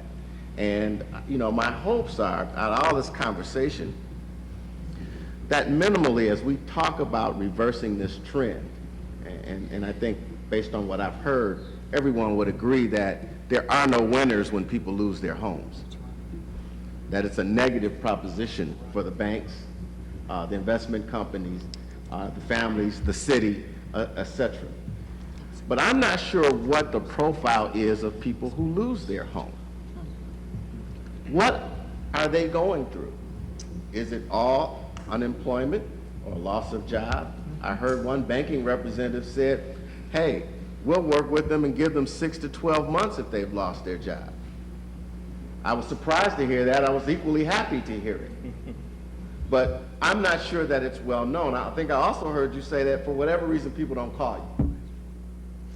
And so I think as we attack this problem, we really need to understand or get a deeper understanding of who the people are that lose their homes, what is it that they are going through, and then how do we best communicate with them so that we can help them avoid loss of their home. Now that's one side of the equation. Obviously we've got huge numbers of properties that have been lost already, many of them viable properties. In other words, families were living in them.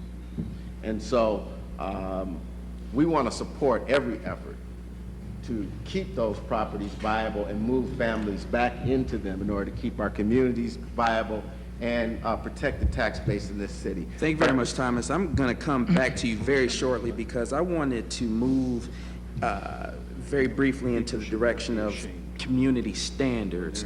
Former Representative Alma Stallworth spoke earlier about how in earlier days when you moved into a new subdivision, you were given a list of standards for maintaining your house in that new subdivision or that neighborhood. We know that City Council has several ordinances governing such, but I can recall several years ago when Ross from National City gave me my first mortgage. I didn't get that handbook when I moved into my neighborhood. So I want to go to Tommy Stallworth as well as Alma Stallworth, and I'm going to bring in Bob Glenn of the Detroit Zoning Board to address this issue of what do we need to do to improve and enhance our community standards. I'm going to give my time to Mr. Glenn on that, but I did want to finish and say that I am hoping that we can work with the banks, land bank, and others to create that profile. So I don't want that to be lost. I'm very serious about that because that's part of diagnosing the problem and solving it. Thank you. Thank you. My name is Robert Glenn. I am a city planning commissioner, works for the city of Detroit. My concern is, very concerned is, I would like to see every vacant home in the city of Detroit filled with someone attempting to buy it. That's my concern. My concern also is that if you consider selling these homes, there must be some responsibilities for those who own those homes. Example, keeping it neat, where if you want to show that home to someone, you wouldn't mind going by a cake and a person, a friend of yours, to go by and look at that home. That you won't be able to look at weeds that is 2 feet high, unboarded up, and things of that nature. You would like to be able to show that home that is in decent and orderly part of the community that exists. Most of the ones who own these homes, and I'm speaking directly to the bankers, mortgage companies, and whoever the ones who has possessed these homes, you do not, once you get them in your hand, do not pay any attention to how they look or how they're kept in the community. And I think there is something that you should be looking at if you want these houses to be sold, is to keep them in condition where the people would buy them. I know I would not attempt to go into a house and buy it if all of these things were something wrong with them. No way. There is an enforcement that holds me to a certain standard. That enforcement should hold each one, everyone who has a piece of property under their jurisdiction would have to be subject to that same standard. Thank you very much. You're very welcome. And before I ask my next question of Chris Aldridge, John Llewellyn wanted to make a point. Mr. Chairman, I just wanted to make a short statement in relationship to what we have on the table right now. The coalition, the Housing Task Force Coalition, is supporting the Buy in Detroit project that was mentioned by the Faith Community Builders Association. We have 133 HUD houses that we are hoping the city of Detroit will keep their commitment in terms of upgrading them and allowing the community to work to find families that would live in them. I guess our greatest frustration through the auctioning, we have people purchasing, they're not filling the homes. It's an investment opportunity, and so therefore it continues to blight the community. I think the message about the blight that is generated through vacant properties that belong to the city, belong to the bank, belong to the mortgage company, belong to the county treasurer. We need to have some kind of plan that keeps the maintenance going. If we have to hire people to do that, we should do that. We don't seem to have a way of managing that problem. And of course, this does affect your potential of bringing new people into the community, because these are all environmental factors in terms of interest. Thank you, Representative. Just a point that we've heard a lot of people get into trouble with foreclosures, and one of the things I think the banking industry would like to emphasize is that do not be ashamed of your inability to make your mortgage payment. And the faster you get in to speak to your bank, the better, not only for you, but also for the bank in terms of being able to help you. So the number one thing is don't be ashamed. Bad things happen to good people. We all know that. Get into the bank quickly and have a very honest conversation. Thank you, John. And for Chris Aldridge, if we're going to establish a standard or standards for auctioned or bundled properties, why can't we do something for nuisance properties or properties that maybe people are living in but they just can't afford to renovate themselves? Ironically, again, we just accomplished that with the pilot program. That was one of the two types or sources of properties. The biggest hurdle with nuisance properties is really the title issue. A lot of these properties have a chain of title that looks like a 400-year family tree. There's probably one property we had about 32 exceptions on the title, so that even if the person or people could afford to renovate the house, it would have been almost impossible for them to keep the house, because the moment that that house was renovated, someone in that chain of title would have the right to come in and displace that family for what their cost of their repairs was. So what we really need is a mechanism to fast track the title clearing process. The other thing that we found with these nuisance properties was that some of the families could in fact stay in there. You just needed a way of a mechanism for ensuring that the house was actually renovated properly. And after the title issue, which is I think the largest issue we ran into, and which I think is people agree is the most significant issue. The second issue is really that there really isn't a good mechanism for providing small, cost-effective loans for renovations, nor is there a good policing mechanism for small-scale renovations.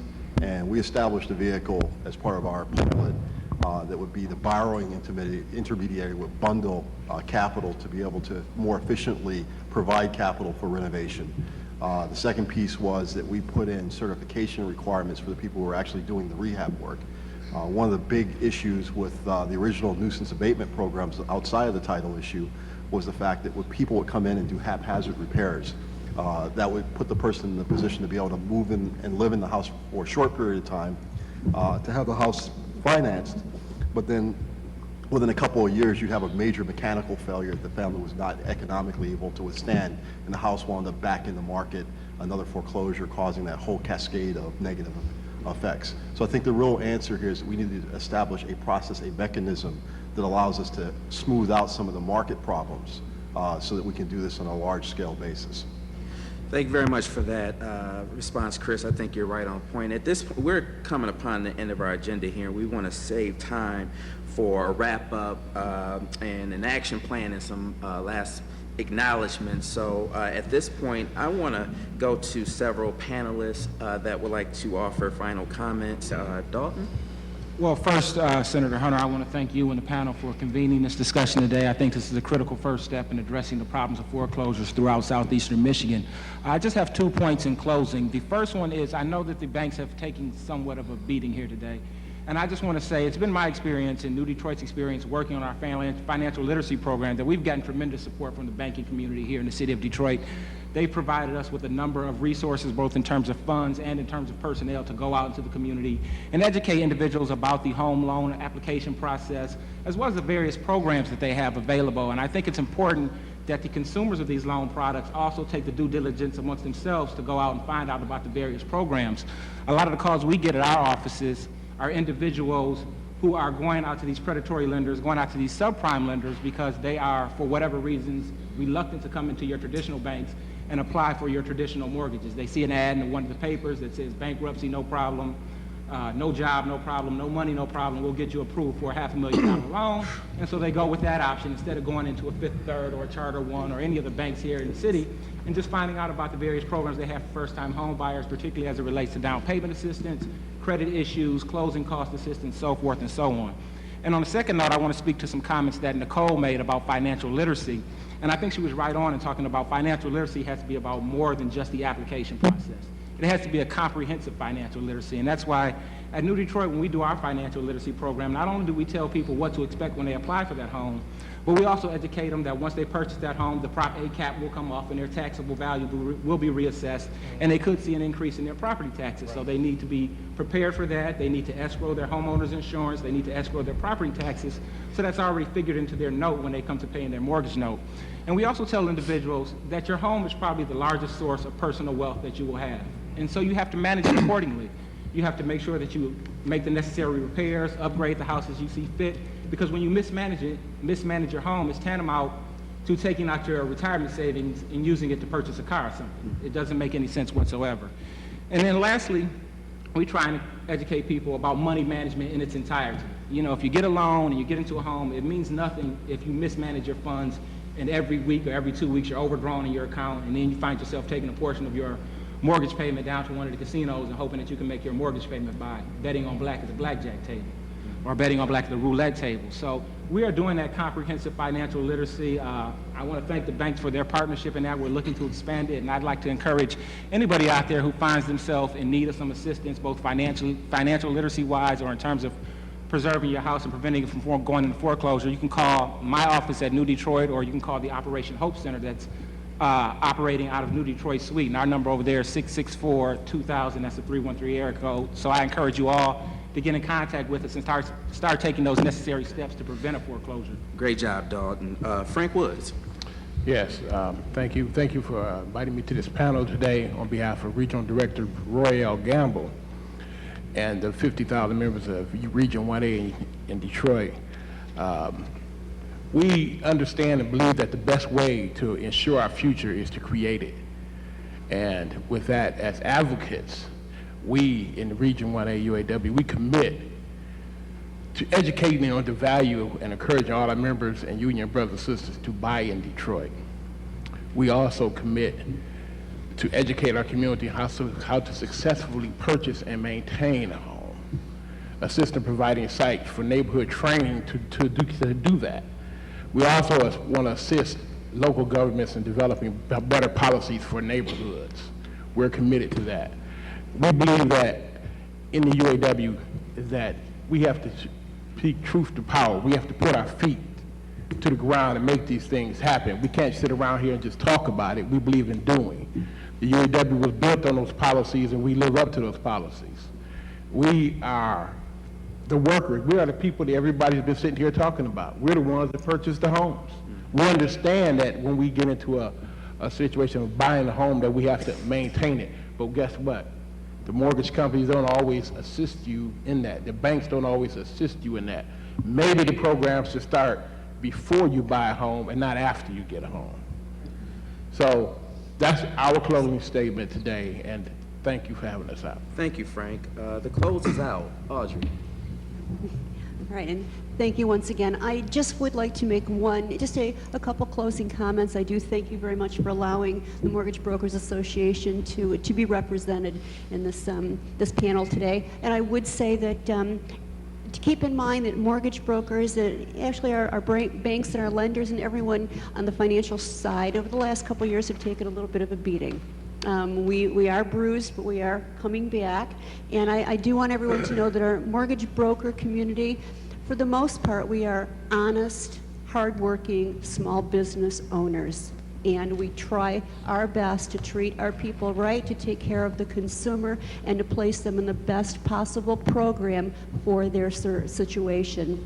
We do offer training and education for the consumer as well. We do offer home buyer education on the road to home ownership. We do have credit courses that we offer to the consumer. So we are doing, as an industry, what we can to protect the consumer as well. And again, we do support any type of legislation with regards to mortgage loan officer licensing and education. We will do our part there as well. Thank you. Thank you for your support on that, Audrey. And now I want to move to summarization or conclusions based on what we've discussed here today with Dr. K.B. Stallworth. Thank you, Mr. Chairman. Based on discussion today, it looks as if I could categorize the legislative efforts that you'll have to undertake after returning to Lansing. I've kind of grouped these into categories. It appears that you have an industry integrity and ethics or consumer protection portion of legislation that will either have to be introduced in combination or amending Rep. Jackson's bills. But based on those discussions, it seems as if there is some consensus for a threshold education requirement exam for loan officers, a state review and sanction of industry education and testing system, industry establishment of a continuing education program, industry maintenance and transmittal to the state of a loan officer licensee database, state licensure of loan officers, as well as establishing fees for that license. In addition, there needs to be some discussion about removing the cap on full-time employees within the Office of Insurance and Financial Services, and there probably will need to be some discussion about establishing regions to ensure that loan officers within those regions receive some kind of periodic review that is commensurate with what banks and credit unions receive. The financial literacy bills or state mortgage closing process, there probably needs to be a work group, and I'm glad to see that the Senate Republican staff is here. They can take this information, I'm sure, back and begin to work with Dem staff and assessing what is legally plausible in having a requirement for consumer signatory acceptance of a concise single-page mortgage payment explanation as part of the closing process, license revocation requirement for not providing or complying with that requirement, a required consumer sign-off of receipt, both an oral and written warning about the change in mortgage payment or sale of that mortgage, an offer to extend the closing time, an offer to cancel the loan transaction. After presentation of a single-page summary of that obligation, that might result in a higher mortgage payment. Again, for non-compliance, a license revocation or hearing of some kind.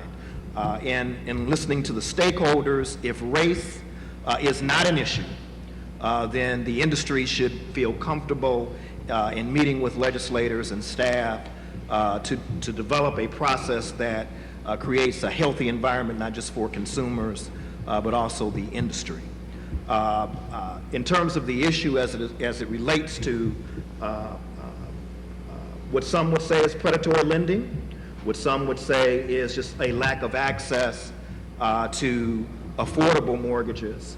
Again, I think a work group needs to be developed between staff, legislators, and the industry to find out what is necessary to have a more aggressive marketing of fixed-rate products in older communities.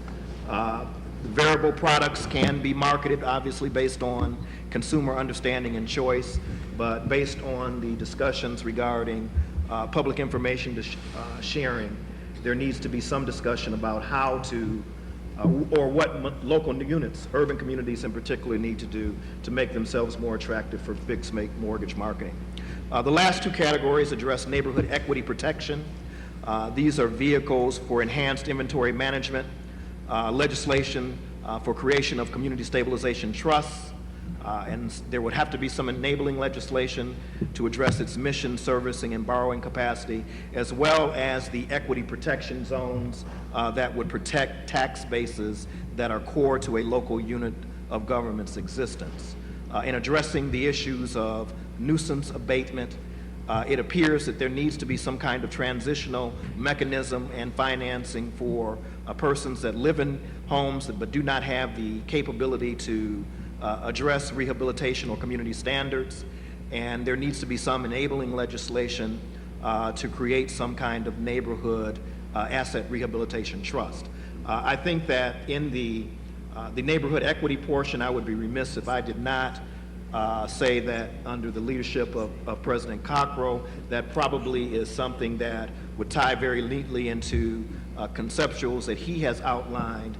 And the latter on the nuisance abatement capability is something that Council Chairwoman Joanne Watson, who chairs the Housing Trust, I'm sure would be very supportive of based on her leadership on this issue.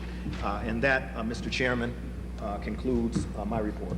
I just want to take this time to thank our colleagues and all the participants on today's panel, the Black Caucus Foundation, the National Faith Community Home Buyers, Gerald Smith and Comcast, Bob Warfield, and the Utility Services of America. Thank you, Representative Johnson. And I want to take this opportunity to offer special thanks to Dr. K.B. Stallworth, the policy advisor for the Black Caucus Foundation, for his leadership in putting this summit together. I think he should be commended. And I believe, Dr. Stallworth, you're going to put together a policy report on behalf of the Black Caucus Foundation, and we're going to follow up with substantive legislative initiatives from that, and we're looking forward to the opportunity to continue working with you and many members of this panel as well. Thank you.